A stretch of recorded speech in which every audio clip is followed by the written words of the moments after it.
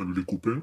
Alors, aujourd'hui dans cette petite vidéo, on va voir les trois principaux types de curl bar. Évidemment, il y en a d'autres, mais on va dire ceux-là, c'est les trois curls de base pour le curl bar debout. Donc, on va voir leurs différentes spécificités, leurs avantages, leurs inconvénients, quand les utiliser, etc., etc. Alors, le premier type de curl, ça va être le strict curl. Donc déjà, la spécificité du strict curl, ça va être qu'il va s'exécuter en étant collé contre un mur. Donc en fait, on va avoir deux points de contact. Donc on va avoir les hanches collées contre le mur, on va avoir le haut du dos ou les épaules collées contre le mur. Côté tête, on peut la coller au mur ou pas, ça ne changera pas grand-chose à la difficulté du mouvement. Et en fait, une fois dans cette position, on va tout simplement faire son mouvement de curl. Et du coup, le but, ça va être de ne pas décoller les fesses. Si on décolle les fesses, la répétition n'est pas valide, ce n'est plus du strict curl. Côté flexion d'épaule, c'est autorisé. Donc on peut soit garder les humérus le long du corps, soit monter comme ceci. Dans les deux cas, ce sera valide. Et on peut également céder de la flexion de poignet pour compléter les répétitions. Donc ça, ce sera la variante de curl la plus difficile des trois qu'on va voir, tout simplement parce que c'est celle qui permet le moins de compensation, vu qu'on est bloqué par le mur. Et donc ça va être celle qui va être le plus représentative de la force brute des biceps. Ça va être un bon exo pour se comparer côté force, de manière assez fiable, sans qu'il y ait un degré de compensation trop variable entre les personnes. Et du coup, c'est pour cette raison que ce sera la variante de curl qui sera utilisée dans les compétitions de curl.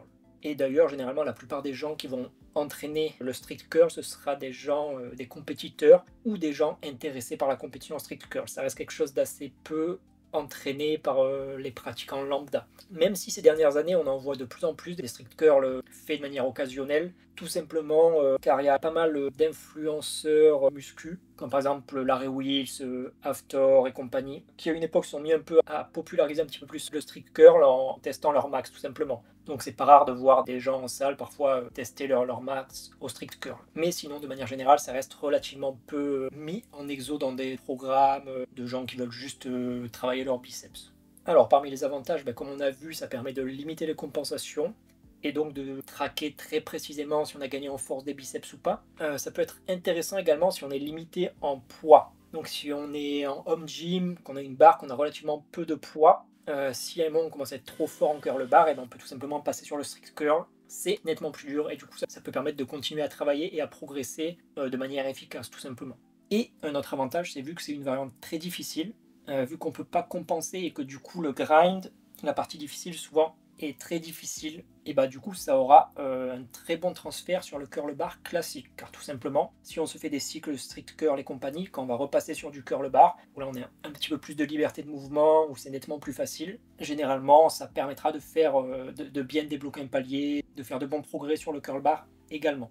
Alors, en inconvénient, je dirais que c'est plus difficile techniquement, moins naturel, car forcément naturellement on aura tendance à vouloir faire certaines petites compensations, et du coup selon moi c'est pas le meilleur exo à affiler à un débutant, surtout qu'encore une fois le grind est très difficile. Donc le grind, c'est quand on essaie de passer au travers la partie compliquée, et ça généralement c'est plutôt quand on est un athlète un peu plus intermédiaire, avancé, élite, qu'on est capable de vraiment pousser côté grind, qu'on est capable, on va dire, d'exploiter au maximum un mouvement comme ça, selon moi.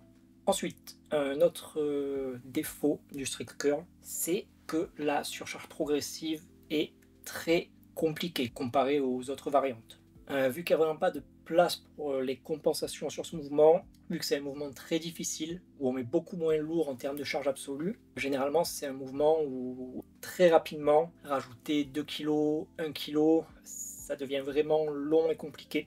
Et c'est vraiment un mouvement où parfois on va mettre 50 kg, ça va passer assez facilement. On va tenter 51 kg et demi et la barre va quasiment pas bouger. Donc c'est un mouvement où c'est un peu plus dur de forcer la progression, on va dire généralement. Et enfin, le dernier défaut selon moi, c'est qu'on aura beaucoup moins d'étirements lestés lourds sur ce mouvement, car forcément on mettra des poids relativement légers. Et ça aura tendance à être un peu limité côté surcharge progressive pour certaines parties de l'amplitude. Parce que typiquement au strict curl, il y a vraiment que sticking point, ça va être cette partie-là. Et en fait, pour taffer le bas du mouvement, le haut du mouvement, généralement sur ces parties-là, ce sera très facile. Donc selon moi, ce sera quand même une variante très spécifique, à cycler avec d'autres mouvements. Et s'il fallait choisir qu'un seul exercice biceps, selon moi, ce serait vraiment pas le strict curl qu'il faudrait choisir. Mais ça, c'est juste mon opinion. Ensuite, la deuxième variante de curl qu'on va voir aujourd'hui, ça va être la variante la plus connue, la plus classique, et ça va être le curl bar. Donc, comme le strict curl, grosso modo, mais cette fois-ci sans mur, et donc, tout simplement, curler la barre. Donc, en point technique, on veut garder les hanches en extension, donc ne pas casser à ce niveau-là pour s'aider. Et là, certains vont se dire que c'est la même chose que le strict curl, mais Non. Pas du tout. Non.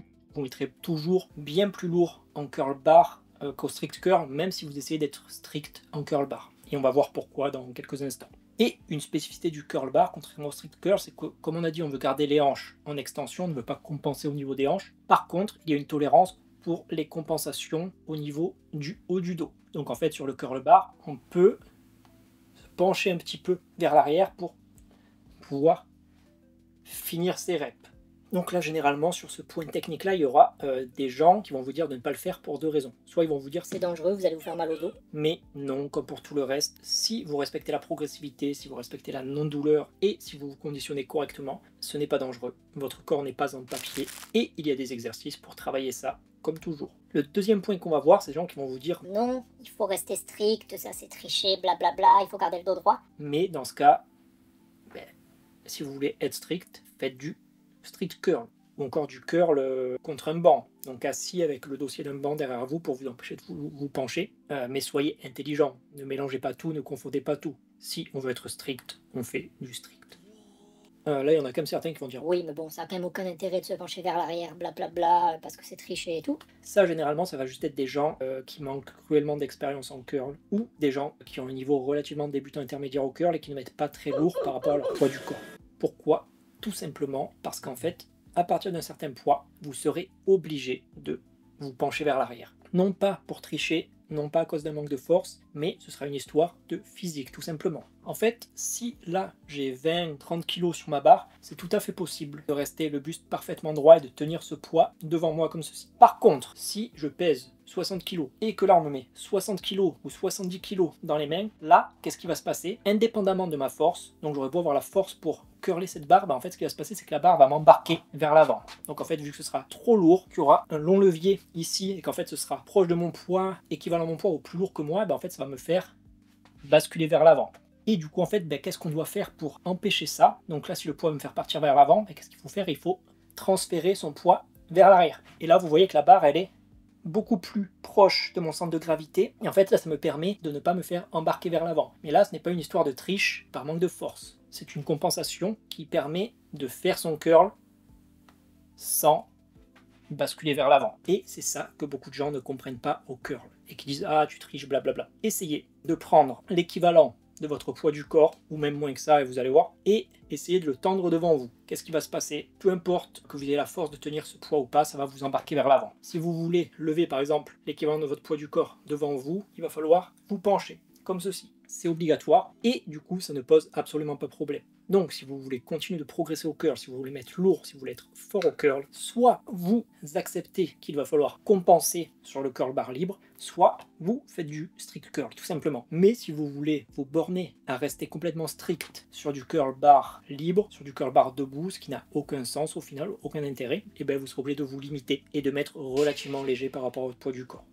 Alors du coup, quels sont les avantages du curl bar classique? Pour moi, ça va être un bon exo tout en un peu le juste milieu pour les débutants. Techniquement, c'est assez simple, on n'est pas trop lourd dessus non plus. Il y a une petite tolérance côté compensation, et du coup, selon moi, il y aura quand même certains avantages du strict curl dessus, certains avantages du cheat curl dessus, et on a un petit peu le meilleur des deux mondes pour avoir un bon exo polyvalent au début. Ensuite, vu que c'est le juste milieu entre ces deux curls, justement, il y aura un bon transfert à la fois sur le strict curl et à la fois sur le cheat curl.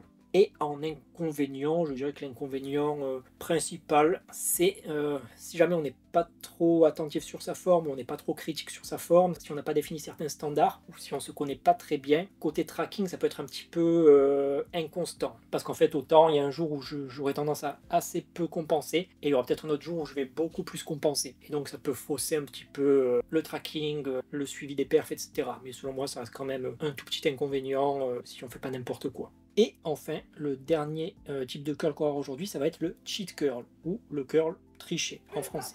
Donc en fait, la position de départ, ça va être comme pour du curl classique, donc il n'y a pas de mur ni rien. Sauf que contrairement au curl classique où on voulait garder les hanches verrouillées, et bien là en fait on va faire une flexion de hanche, et comme si on faisait la fin d'un deadlift ou un hip thrust, en fait on va faire une extension de hanche en même temps qu'on va curler pour s'aider à monter la barre, à envoyer la barre. Et après, comme sur du curl classique lourd, on va généralement se pencher en arrière et finir le mouvement.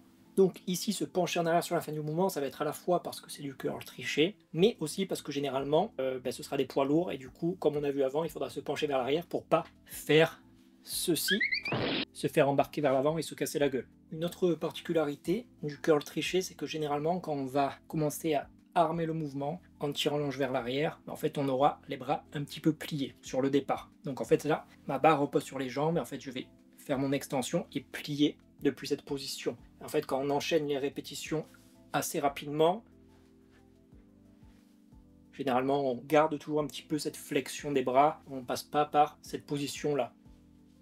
En soi c'est possible, mais c'est un petit peu bizarre côté groove, côté mouvement. Donc ça, évidemment, ça va être le curl des trois qu'on a vu qui va permettre de mettre le plus lourd et de très loin. Donc certains vont dire que c'est de l'ego lifting.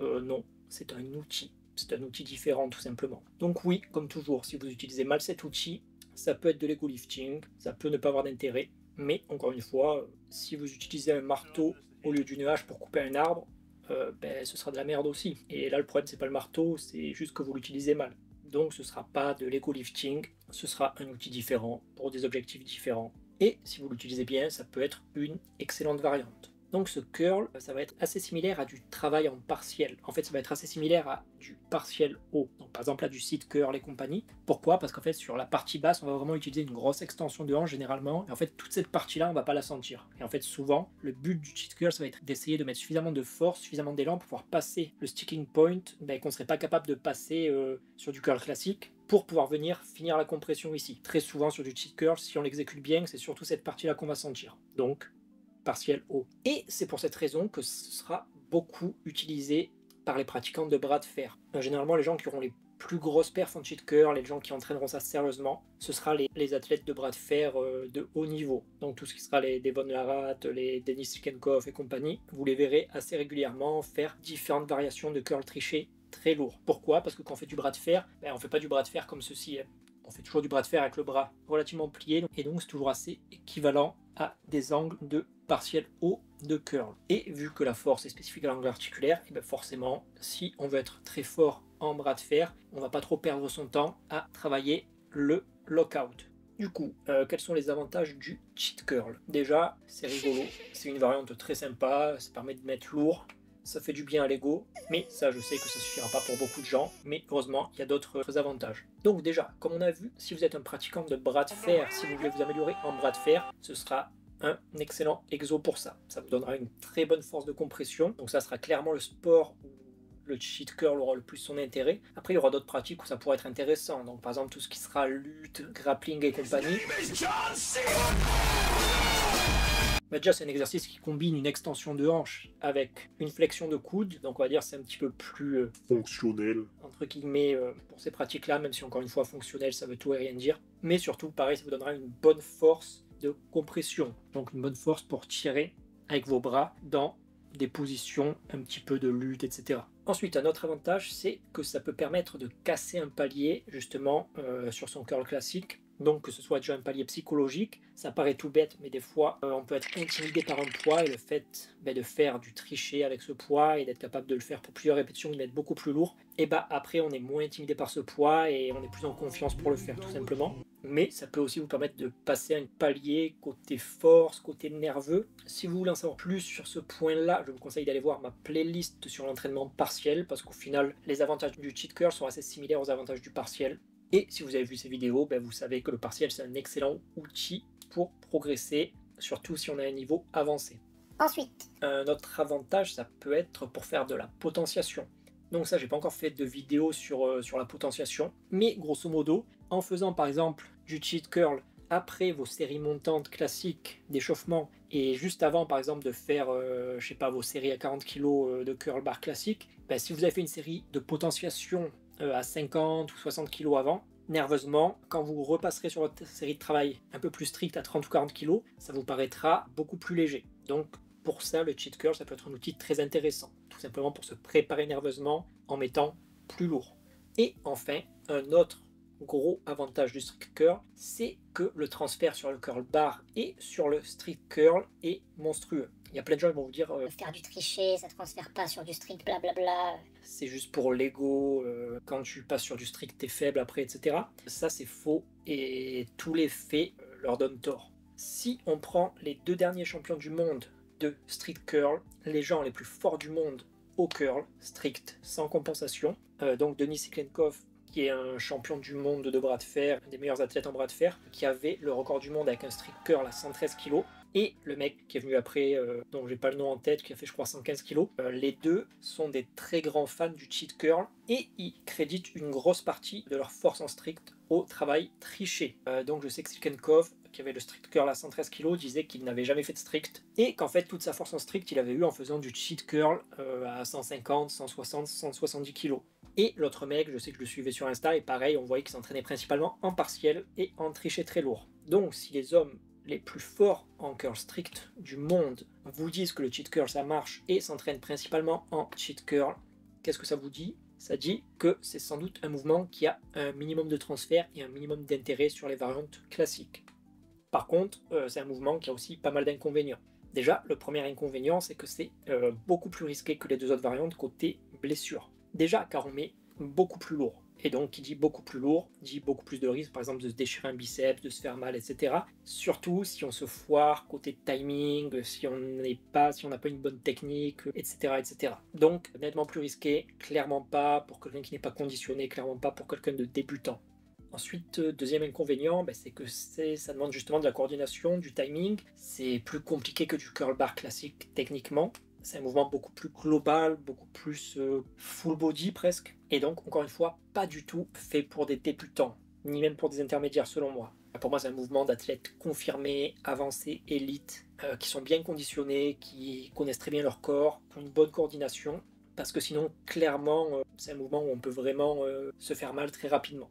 Un autre inconvénient, si vous êtes en home gym par exemple, c'est que ça demande beaucoup plus de poids. Donc surtout si vous êtes un athlète relativement lourd, très rapidement, vous allez vous retrouver à mettre plus de 70-80 kg normalement, voire plus. Et donc si vous êtes limité en poids, forcément c'est un peu compliqué. Ou alors, vous pouvez le faire en unilatéral. Donc en fait avec une haltère, et en fait soit comme un kettlebell swing, donc en passant entre les jambes et hop, ou alors en vous tenant quelque part et comme ceci.